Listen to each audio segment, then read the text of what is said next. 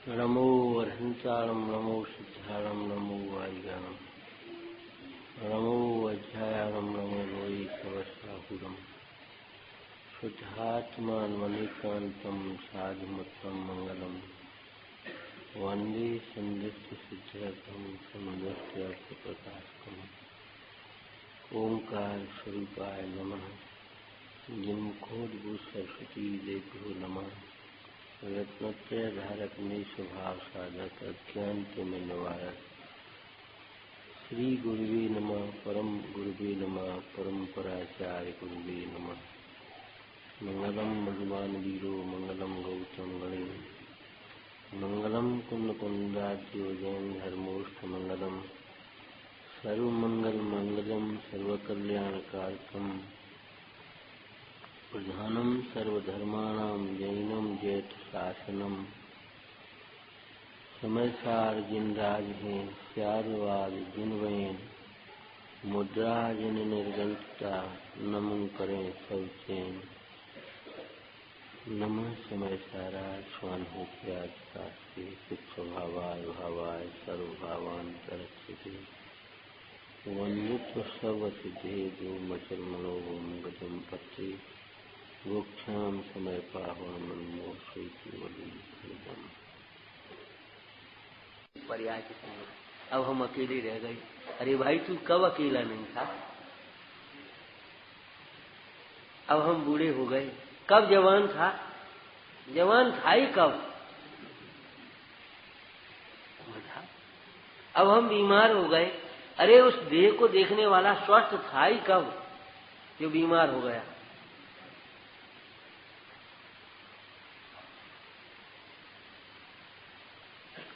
प्राप्त पर्याय में तन्मयपना धारण करता हुआ नाना प्रकार के विपरीत विचारों से प्रति समय आकुल व्याकुल हो रहा। आकुलित भयो अज्ञान था।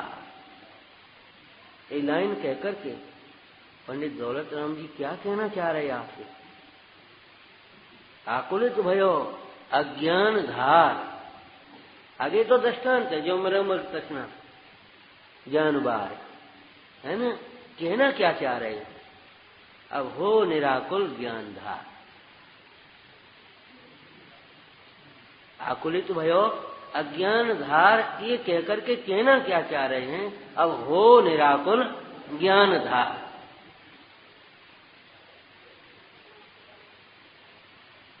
अज्ञान से आकुलित हो रहे हैं और उन पदार्थों को अपने इच्छा के अनुसार परिणमित करके निराकुल होने का स्वप्न देख रहे हैं। अब हो निराकुल। छेडाला में से पहले कहा था ना, ताते जिनवर कथित आत्मज्ञान के बिना दुखी हो रहा है और स्वप्न देख रहा है। बस ऐसा हो जाएगा, ऐसा हो जाएगा, फिर अपने आराम से। ये छोड़ो ये विपरीत विचारों को भाई। पहले एक चर्चा की थी विचारों के संबंध में, ध्यान हो तो। विपरीत विचारों से मोह पुष्ट होता है, सम्यक विचार से मोह मंद होता है, तत्व विचार से मोह मंद होता है और तत्व की अनुभूति होने से मोह का अभाव। अभी विचार ही विपरीत है तो फिर आगे क्या चलेगा? और विपरीत विचार आप बताओ। आप पूजा कर रहे हैं, स्वाध्याय कर रहे हैं, पाठ कर रहे हैं, जो कुछ भी कर रहे हैं, आपका जो विपरीत विचार चल रहा है वो आपके मोह को बिल्कुल टूटने नहीं दे रहा, कमजोर नहीं पड़ने दे रहा, जहां का तहां मजबूत बना रहा।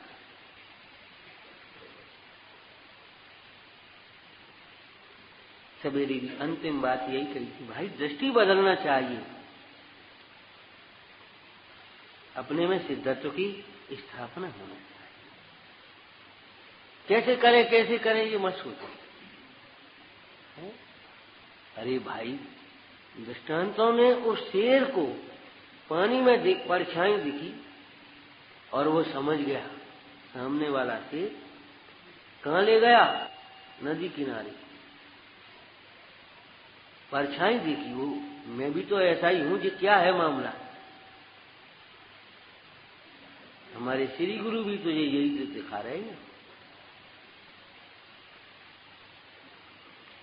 मैं जीव हूं ऐसी मान्यता के बिना जितनी भी मान्यताएं चल रही हैं, विपरीत मान्यता होती है अनंत। यदि समझदार बालक से पूछा जाए 2 और 2 कितने नहीं होते, समझदार बालक से अगर पूछा जाए 2 और 2 कितने नहीं होते, कितने होते ये नहीं पूछ रहे, तो मालूम है वो क्या कहेगा? हाँ, ये नहीं कहेगा 3 नहीं होते, 5 नहीं होते, 8 नहीं होते, 9, कहां तक कहेगा? बस सीधी की सीधा उत्तर 2 और 2 4 होते हैं। 2 और 2 4 के अलावा कितने भी।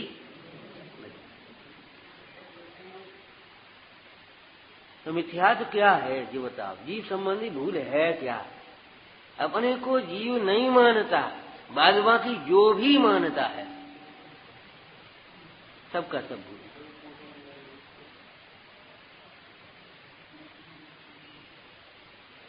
अपने को मूर्ख समझना तो ठीक नहीं है।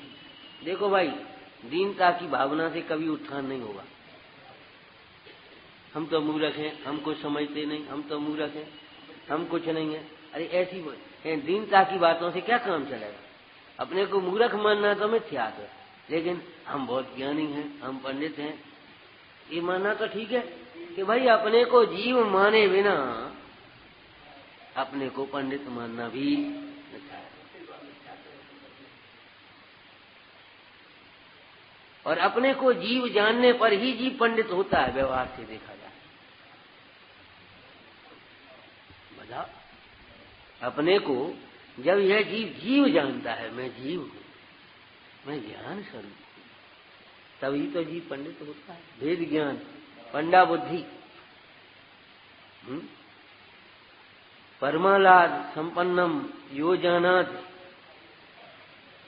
सब पंडित।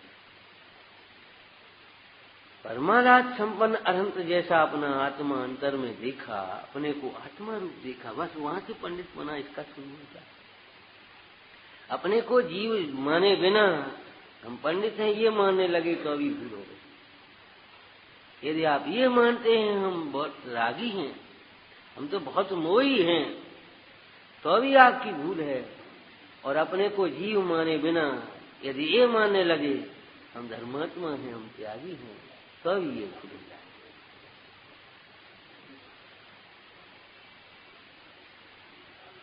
आपको कहा था ध्यान हो तो कि कम तोलना वह भी बेईमानी है, और ज्यादा तोलना, कम और ज्यादा दोनों।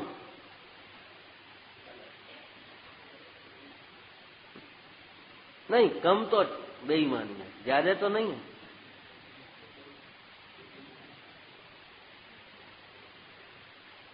आपने अनुभव किया होगा, कम देने का भाव रहता है तो ज्यादा लेने का भाव रहता है। और बहुत से उदार पुरुष होते हैं, थोड़े से भयभीत पाप से, भैया कम न चला जाए, थोड़ा ज्यादा। ये थोड़ी परिणाम में फर्क है, लेकिन अगर न्याय की भाषा में देखा जाए तो कम और ज्यादा। अपने को कम भी मानता है, अपने को अधिक भी मानता है। मानता है या नहीं? अपने को कम मानता है कि नहीं? है? मानता है ना? आपने आपकी वर्तमान पर्याय में मतिश्रुत ज्ञान का कितना सा उघाड़ है, आप उससे ज्ञान से ही अपने को कितना मानते हो? बस इतना, हमें तो इतना ही ज्ञान, हमें तो कुछ ज्ञान ही नहीं। जबकि इस ज्ञान की वर्तमान पर्याय में कम होने पर भी सहज ज्ञान है कि नहीं? सहज ज्ञान है या नहीं? आपको दृष्टांत दिया था पहले, कोई करोड़पति सेठ अपनी जेब में पैसा न होने पर अपने को दरिद्र तो नहीं मानता। और कोई उसे दरिद्र नहीं मानता। सेठ जी पूजा करके जा रहे थे घर की ओर, और फल वाला जानता था। सेठ जी बढ़िया पेटी आ गई, भाई पैसा तो है नहीं, न तो वो बोलता है और न वो मानता है। मानता है? कोई नहीं मानता। यदि जेब की ओर से देखा जाए तो उसे करोड़पति कैसे समझ में आए? आप अपने को संयोग और पर्याय की ओर से जब तक देखते रहेंगे तब तक आपको ये समझ में नहीं आएगा कि मैं इस जीव अजीब की भूल में एक लाइन और भी आई है। कभी शास्त्रानुसार सच्ची बातें भी बनाता है, प्रसंगानुसार सच्ची बातें भी करता है।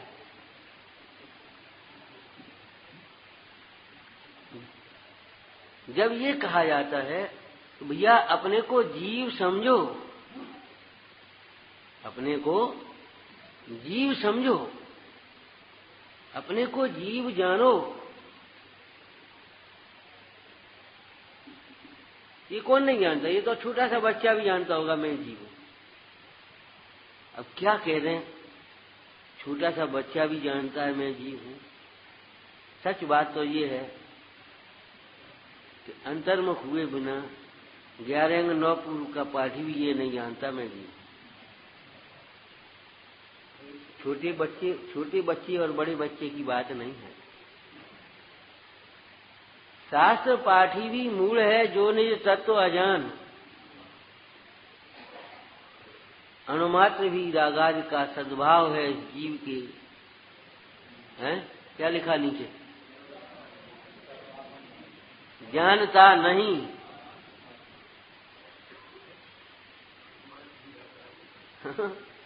क्या मतलब है? वो अपने को राग रूप मानता है, राग में उपादेयपना होता है, राग में सुख बुद्धि होती है, वो अपने आत्मा को नहीं जानता। देह आप में नहीं है, कर्म आदि का आत्मा में नहीं है, उन सहित मानते ही आप ज्यादा मानते हैं अपने को। और जो अनंत गुण संपन्न, अनंत शक्ति संपन्न है, वो शक्ति संपन्न को नहीं जानते। पर्याय में जितना क्षोभ सम है, जितनी परिणति है, बस उतने को ये आप अपने को काम मानते।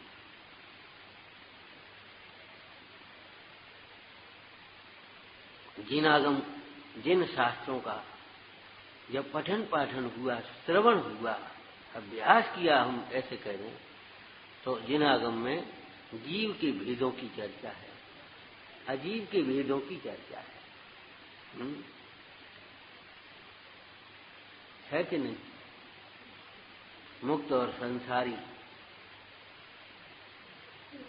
दूसरी तरह से छेडाला में जब जीव तत्व की चर्चा तीसरे अधिकार में की तो कहां से की? बहिरातम, अंतरातम, परमात्म, जीव त्रिधा है। बहिरातम, अंतरातम, परमात्म, जीव त्रिधा है। अर्थ क्या हुआ? बहिरात्मा, अंतरात्मा, परमात्मा, जीव, 3 प्रकार के हैं। क्या मतलब हुआ? ये समझ में तो नहीं आई। 3 प्रकार के जीव होते हैं।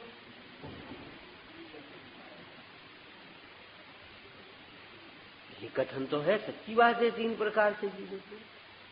लेकिन 3 प्रकार के जीव का निरूपण अवस्था की ओर से किया।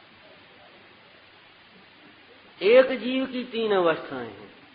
अगर समस्त जीवों को देखा जाए तो जीव 3 अवस्थाओं में पाए जाएंगे। कुछ जीवों की बहिरात्म दशा होगी, कुछ जीवों की अंतरात्म दशा है, और कुछ जीव परमात्म दशा को प्राप्त है।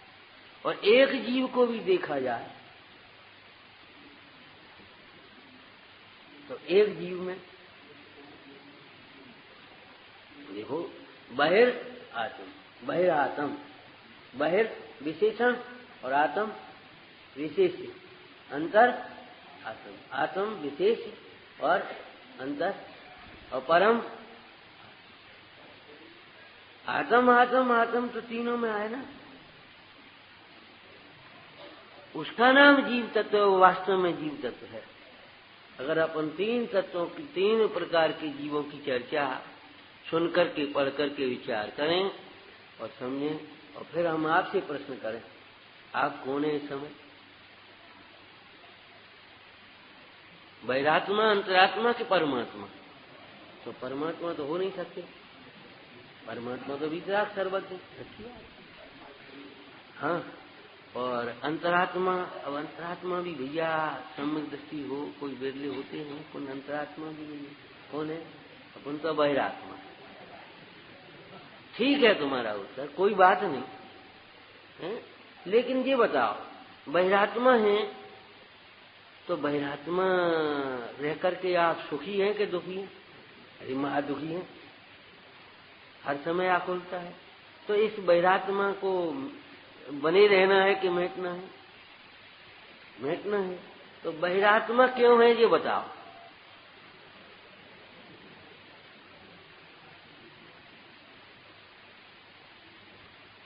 क्या करें साहब, ज्यादा ज्ञान नहीं है इसलिए बहिरात्मा। अब घर गृहस्थी में फंसे इसलिए बहिरात्मा। हम ये नहीं कि उपदेश नहीं दे रहे, हम ये आपसे कह रहे हैं, ये सोच चलते हैं हमारे। हमें कोई समागम नहीं है, समझाने वाला नहीं है, इसलिए हम बहिरात्मा। क्या समझाने वाला नहीं है ये बताओ। अरे सीधा उत्तर है, हम अपने को आत्मा नहीं मानते इसलिए बहिरात्मा। इसका मतलब है हम अपने को आत्मा नहीं मानते हैं आत्मा। लेकिन ये बात हमने कभी नहीं समझी। देखो भाई, अपना दोष छिपाने से क्या फायदा? बहुत से बच्चे हो, क्यों बेटे रात में तो नहीं खाए? अब महाराज क्या कहें, झूठ काहे को बोले, हम तो खा लेते हैं कभी। अरे भाई कोई अच्छी बात नहीं है, हम भी जानते हैं अच्छी बात नहीं है, लेकिन क्या करें, नहीं छूटती। क्यों नहीं छूटती आपको ये बता। आपको जैनत्व का स्वाभिमान नहीं है, आपको जैनत्व का स्वाभिमान नहीं है।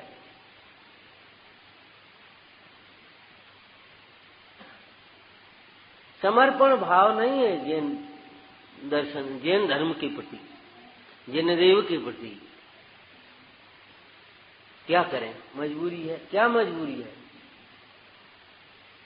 नौकरी करनी पड़ती है, नौकरी तो करोगे। उस दिन चर्चा आ गई वैसे ही, हमने कहा बेटे नौकरी करना है, क्या करना है बताओ। महाराज नौकरी करना है, नौकरी करना है तो हम बताएं अच्छी नौकरी। नौकरी माने सेवा, सेवा सर्विस।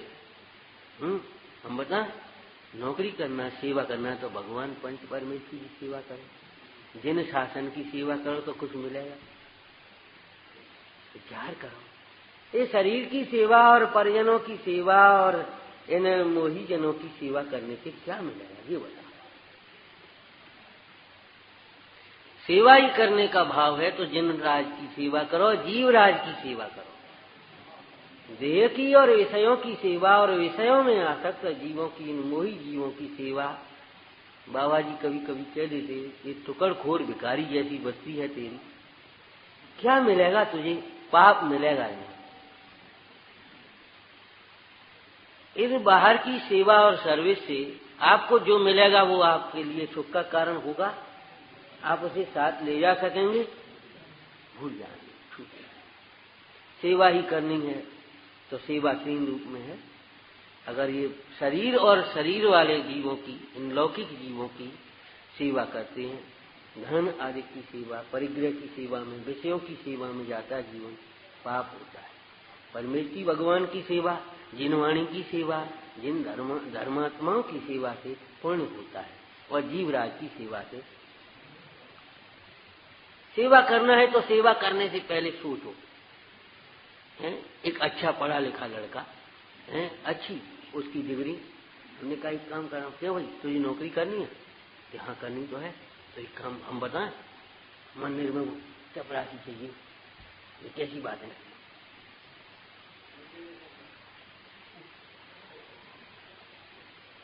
आप मजाक कर रहे हो?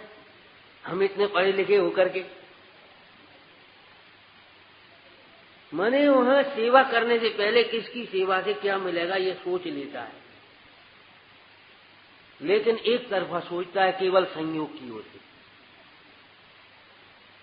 सेवा ही करना है तो आप जीवराज की सेवा करो, रत्नत्रय की सेवा करो, हैं, जिनराज की सेवा करो भाई, जिन शासन की सेवा करो। और यदि व्यापार करना है तो आप रत्नत्रय का व्यापार करो। हल्के पूरे व्यापारों से क्या मिलेगा आपको?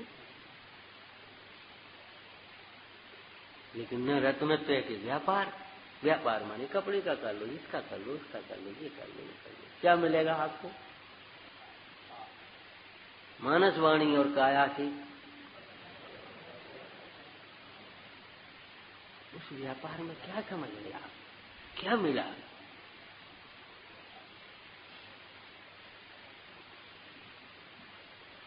विचारने की बात है। जिन शास्त्रों में भेद कहे गए, त्रस स्थावर, आप कौन है? त्रस है कि स्थावर? त्रस है।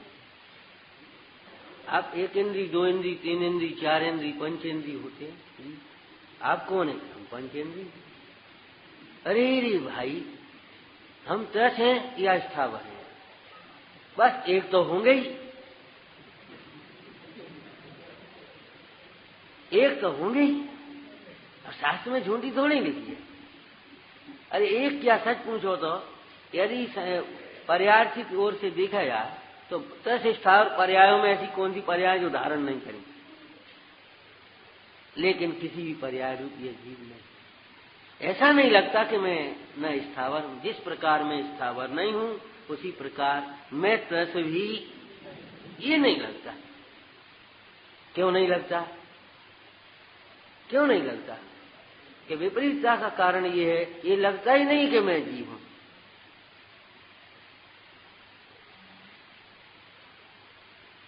स्थावर का शरीर हुआ तो स्थावर लगता है, मैं स्थावर हूं। त्रस का शरीर है, ये कौन है? ये पेड़ है। ये कौन है? ये गाय है। ये कौन है? ये बैल है। ये कौन है? ये हाथी है। ये कौन है? ये घोड़ा है। और मैं कौन हूं? क्या मनुष्य? बजा भगवान छे, कब समझ में आएगा? सब जीव हैं ये कब समझ में आएगा? अपने में और सर्व जीवों में सिद्धत्व की स्थापना कैसे हो पाएगी ये बता। पूज्य स्वामी ने इस अज्ञान का चित्रण किया। यह जीव अपने को आत्मा जाने बिना देह रूप ही अपने को मानता है और सर्व जीवों को देह रूप में ही देखता है। ये बालक भावना तो बहुत जगती है, सुनते पढ़ते हैं, लेकिन क्या करें? बाल बच्चे छोटे छोटे, बाल बच्चे छोटे छोटे, इनका पालन पोषण, इनकी व्यवस्था भी करनी है कि नहीं? थोड़ी सी इनकी व्यवस्था कर रहे हैं, फिर हम इसी में लगेंगे। मार्ग तो यही है कल्याण का। इनकी थोड़ी व्यवस्था कर दें फिर अरे रे, अकर्ता समझ करके अभी लग सकता है, और कर्ता समझ करके अनंत काल में नहीं लग पाता। ये बालक छोटे छोटे, पहले आपको कहा था वज्र कुमार मुंडाज जो हुए थे, प्रभावनांग में जिनका नाम है, सबसे बढ़िया दृष्टांत है। उनके पिताजी मुनिराज हो गए थे स्त्री के छल को देखकर। पढ़ लेना, आज हमने दोहरा रहे। अब दोहला हुआ था आम का और कह दिया, वो दोहला हुआ था जिन मंदिरों के दर्शन का, धर्म की प्रभावना का, और झूठ मूठ कह दिया आम खाने की इच्छा। और वो बेचारा पुरोहित आम ढूंढने चल दिया। जंगल में कहाँ मिले कोल्ड स्टोर वगैरह, ये तो साधन थे नहीं। है? एक मुनीश्वर बैठे थे और आम के वृक्ष के नीचे, और आम में वो वृक्ष सफल हो रहा था, फलीभूत हो रहा था। आम तोड़े और शिष्यों को दिए, जाओ गुरुआनी को देना। और विचार करने लगा, जिनके सानिध्य से ये वृक्ष सफल हो गया, उनके सानिध्य से मेरा जीवन सफल नहीं होगा। देर ऋतु में इसमें फल आ गए, वृक्ष सफल हुआ, उनके सानिध्य से हमें अपना जीवन सफल करना चाहिए। इनके कुछ उपदेश वचन सुनकर के तब जाएंगे घर, आवे नहीं जाए। और जैसे ही उनका ध्यान टूटा, पहला प्रश्न किया, महाराज ऐसे असमय में, बेऋतु के समय में मेरी स्त्री को आम खाने की इच्छा क्यों हुई? और मुंडाई ने कहा, स्त्री ने तुमसे झूठ बोला। उसके गर्भ में जिन धर्म की प्रभावना करने वाला जीव आया है, इसलिए उसको तो जिन मंदिरों की रचना, शोभा, धर्म की प्रभावना करने का भाव हुआ है। अब तुम्हारे कुल में वो कह पा नहीं रही, इसलिए झूठ मूठ कह दिया उसने। मैं जिसके लिए प्राण दे रहा हूं वह मुझसे झूठ बोल रही है। धिक्कार है संसार की। बस इतना ये मायाचार का परिणाम। देखो तो सही, उनकी बैराग का प्रसंग बन गया, निमित्त बन गया, दीक्षा ले ली। उस बालक का जन्म हुआ, वो माता ला करके पटक दिया उसने बालक को। दीक्षा लेनी थी तो ये बालक कौन पालेगा? तो भाई करो पालन पोषण, हम तो चले। ये भाव नहीं था कि हम चले। सोचा क्या था? मोही सबको मोही सोचता है। ज्ञानी सबको ज्ञान स्वरूप जानते हैं। एक समय की पर्याय में अज्ञान है, अनादि से अज्ञान की संतति चली आ रही है, फिर भी कोई जीव अज्ञान स्वरूप नहीं हो गया। सब जीव ज्ञान स्वरूप है। विचारना, बताओ अब क्या करें? हम उनकी बात कह करके आपसे एक बात कह रहे हैं। आप उस स्थान पर अपने को बैठा के देखो। आप पूजा करते हैं, स्वाध्याय करते हैं, पाठ करते हैं, सब करते हैं, और मोह, हमें बिल्कुल मोह नहीं है हम काऊ से। ये बातें आप कहते हैं, वो तो हमने छोड़ दिया। क्या फायदा मोह करने से? कोई लाभ तो है नहीं। उपदेश देने में तो चतुर है ना। आप उस स्थान पर बैठे हैं, आप विचार करें क्या करेंगे?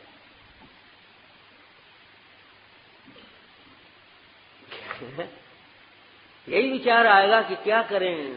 अब वो तो छोड़ के चली गई है। अब भाई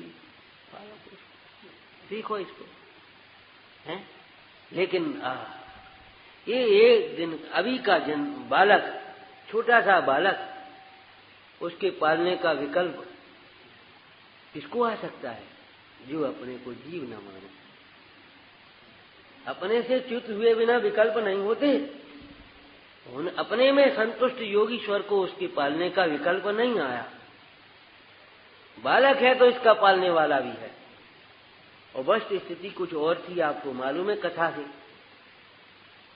उसके पालने योग्य उसके घर में व्यवस्था क्यों थी? वो तो विशेष पुण्यशाली जीव था।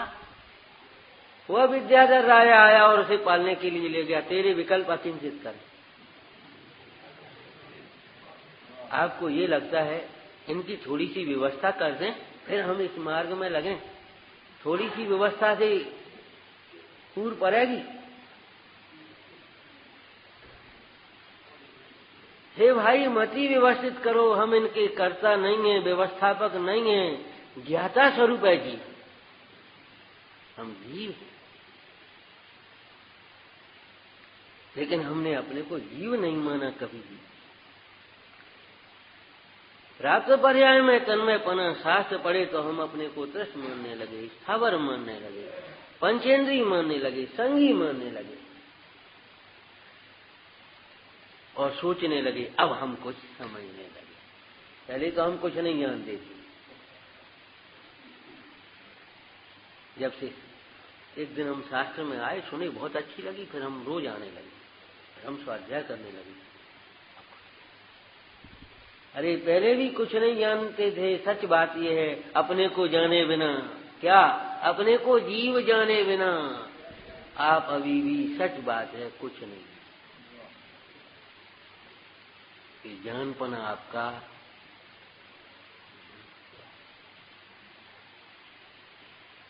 तो बहुत बार तो जिन शास्त्र मिले, जिनोपदेश मिला, तो हम इन व्यवहार के भेदों में की जानकारी करके संतुष्ट हो गए और हम आगे बढ़ने की सोचने लगे। आगे बढ़ो। अरे आगे बाद में बढ़ना, पहले दिशा निर्धारण करो।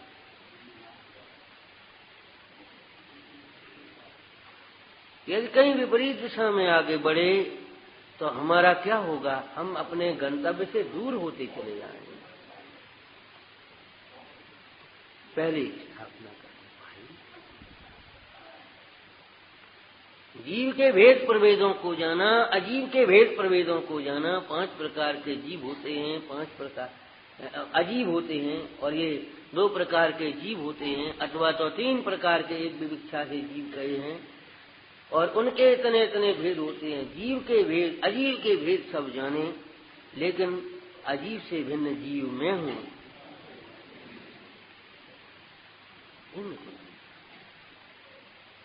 ये चर्चा अध्यात्म शास्त्रों में है। अध्यात्म शास्त्र सुने पड़े बिना हमारी यहां तक गति हो पाई। जब अध्यात्म शास्त्र पढ़े तब भैया, अरे इतना से स्थावर आदिक नहीं है, ये सब रचना परतनी, इनमें तू नहीं जीव, तेरो दर्शन ज्ञान है तामे बसे सदी, मगन गुण ठाणे 1400 हवंत तया शुद्ध नया विणया संसारी। अरे मेरे सब नहीं है, मैं इतने से स्थावर नहीं, नारकी त्रियंच मनुष्य देव नहीं, मैं तो एक चैतन्य स्वरूप हूँ।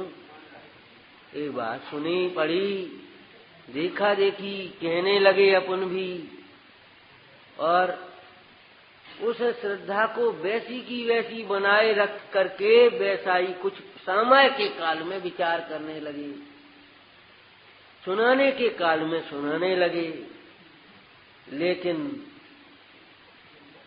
ये नहीं देखा कि ये मैं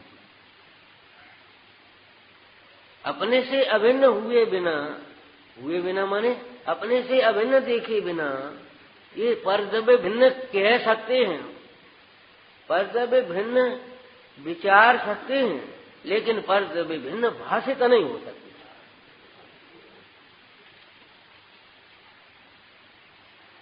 इसीलिए तत्वों की, इन भूलों की चर्चा करने से पहले टोटरमल जी ने भाव भाषणा के पहले कि भाई हमें तत्वों का भाव भाषण यथार्थ होना चाहिए। तो जिन शास्त्रों का अभ्यास किए बिना जो अनादिकाल की भूल चली आ रही थी, अब जिन शास्त्रों का अभ्यास किया तो हमने क्या कहा, वो भूल तो मिटाई नहीं, वो पुरानी दीवार तोड़ी तो नहीं, उस पर प्लास्टर और कर दिया।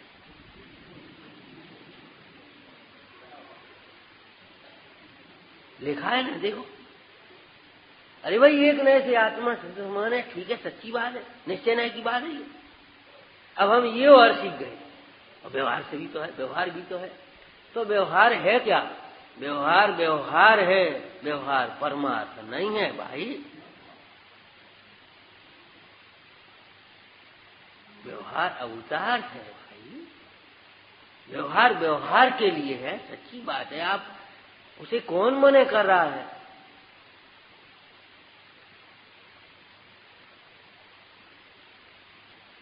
लेकिन हम उसे व्यवहार की बात कह करके अपनी बात है ये मानना का प्रयत्न नहीं कर रहे। ये व्यवहार की बात है, ये निश्चय की बात है, बस ये सोचते हैं।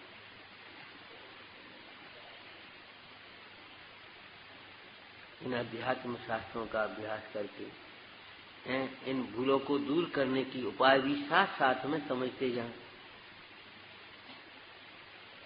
क्यों भूल को जानकारी हमने शास्त्र से पढ़ करके कर ली, लेकिन आप मालूम होना चाहिए मूल को समझे बिना भूल नहीं मिटती, मूल में भूल होती भी नहीं, और मूल को समझे बिना भूल मिटती भी नहीं। जब आप कोई भूल सुधारना चाहते हैं तो आप किसको देखते हैं?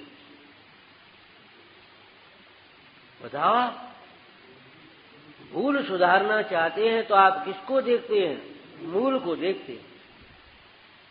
कोई आप अपनी हिसाब किताब निकालना है, उसमें कोई भूल हो गई तो काय देखना चाहिए? मूल से ही तो देखेंगे। हैं? कोई फोटोकॉपी में भूल हो गई आपकी, ला भाई ओरिजिनल कहाँ है?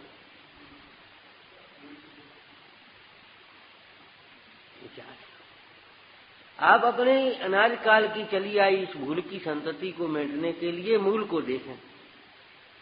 मूल को देखने पर भूल अपने आप मिट जाएगी, समझ में आ जाएगी। उस सेठ ने भी, जौहरी ने भी उस लड़के को मूल ही दिखाया था।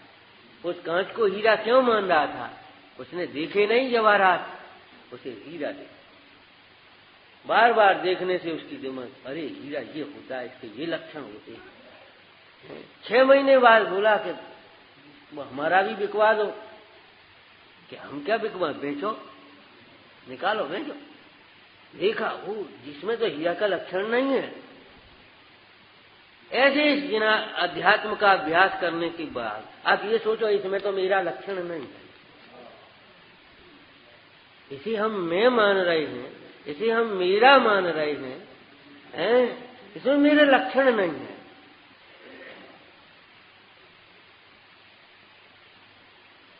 कोशिश करो, कुछ तो कीमत मिल ही जाएगी, थोड़ी बहुत कम। ये बातें सब खत्म हो गई, इसमें तो मेरा लक्षण ही नहीं है।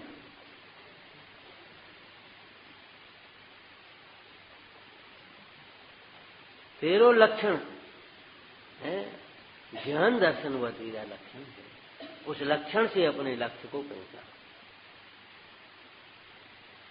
इस थोड़े से चिंतन की धारा बदलते हुए स्वाध्याय करें। हम ये सोचते हैं कि भैया भूल जानने के साथ भूल रह जाए, ये तो संभव नहीं है। भूल समझ में आ जाए और भूल रह जाए, और मूल को समझे बिना भूल समझ में आ जाए। एक भूल समझ में आती, दूसरी भूल समझ में नहीं आती, दूसरी भूल समझ में आती, तीसरी भूल समझ में नहीं आती, भूल पे भूल होती रहती। अगर मूल को समझ लिया जाए तो, और ये तो बड़े शास्त्र हैं। आप बताओ, छेडाला जी में भी जब जीव तत्व की भूल बताई तो पहले क्या बताया? मूल को समझ, मूल को कहे बिना भूल का कथन भी कैसे कर पाएंगे आप? चेतन को है ताको न जान, बस यहां से भूल शुरू हुई है, बस उसको जान करके भूल मिटा। बहुत सुंदर अवसर अपने को मिला है। ये महाभाग्य से जिन शासन मिला, ऐसे अवसर में भी यदि अपनी ये अनादिकालीन भूल न मिट पाई तो कहां मिटेगी? संकल्पित होना चाहिए। प्रवचन सार जी की भाषा में बद्ध कक्षा, मोह के उन्मूलन के लिए कमर कस करके तैयार हो जाना चाहिए। अरे मोह का उन्मूलन हुआ तो मोह से होने वाली ये भव संतति का उन्मूलन तो अपने आप हो जाएगा। उसका उन्मूलन करना ही नहीं पड़ेगा। सच बात है। इस दृष्टि को रख करके स्वाध्याय करें। ओम नमः।